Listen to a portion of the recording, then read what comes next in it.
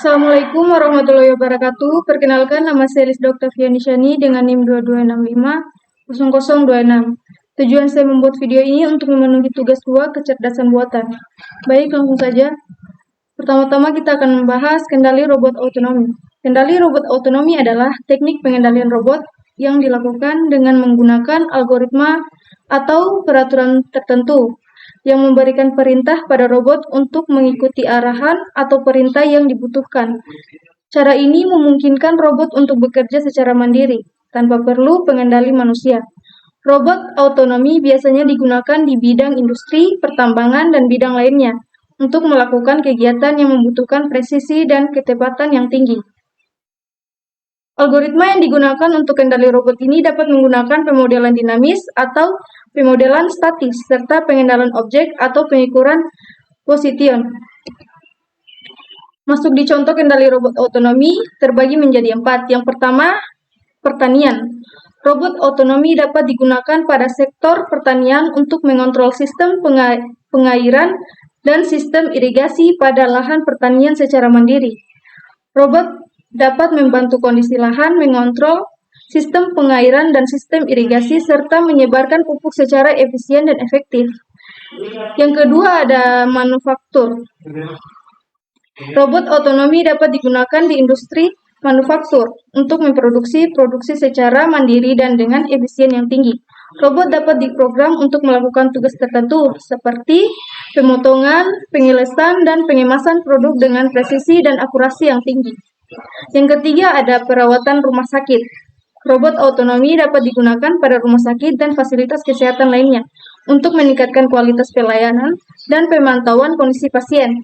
Robot dapat diprogram untuk memantau kondisi pasien, mengontrol sistem pengolahan obat dan peralatan medis, serta mengambil sampel. Yang terakhir ada eksplorasi ruang angkasa. Robot otonomi dapat digunakan pada eksplorasi ruang angkasa untuk memantau dan mempelajari kondisi antariksa serta mengumpulkan data yang diperlukan untuk penelitian ruang angkasa. Robot dapat diprogram untuk mempelajari Masuk di sistem rekomendasi. Sistem rekomendasi adalah sistem yang dirancang untuk memberikan rekomendasi kepada pengguna atau konsumen berdasarkan data yang ada pada sistem. Rekomendasi yang diberikan dapat berupa produk, layanan, atau informasi yang berkaitan dengan minat dan kebutuhan pengguna. Sistem rekomendasi dapat digunakan di bidang-bidang seperti retail, pariwisata, dan jasa keuangan yang ingin meningkatkan kualitas pelayanan mereka serta membangun pengguna dalam membuat keputusan belanja atau investasi. Contohnya seperti sistem rekomendasi di Amazon. Amazon menggunakan sistem rekomendasi untuk memberikan rekomendasi produk kepada pengguna berdasarkan sejarah pembelian, produk yang berkaitan, serta minat dan selera pengguna. Yang kedua, sistem rekomendasi Netflix. Netflix menggunakan sistem rekomendasi untuk memberikan rekomendasi film, serial, dan acara TV kepada pengguna berdasarkan sejarah tontonan dan tipe konten yang mereka sukai. Tujuan dari sistem rekomendasi ini adalah untuk meningkatkan kualitas konten dan meningkatkan kepuasan pengguna.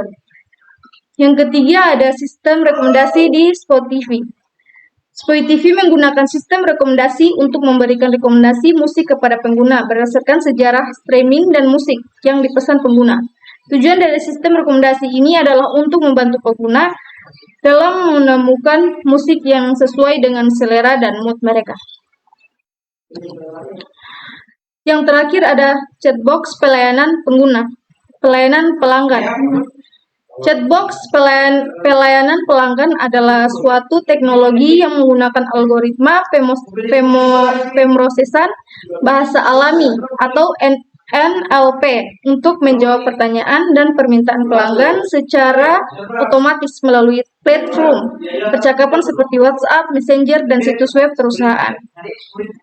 Chatbox pelayanan pelanggan dapat digunakan untuk memberikan assistance, menjawab pertanyaan, mengatasi keluhan, dan memberikan solusi terhadap masalah yang dihadapi pelanggan.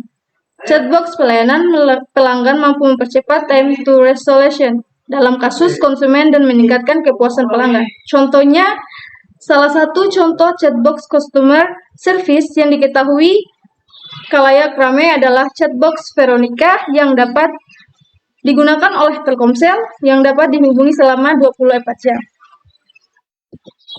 Baik, mungkin itu saja dari saya. Jika ada kekurangan mohon dimaafkan. Saya akhiri. Assalamualaikum warahmatullahi wabarakatuh.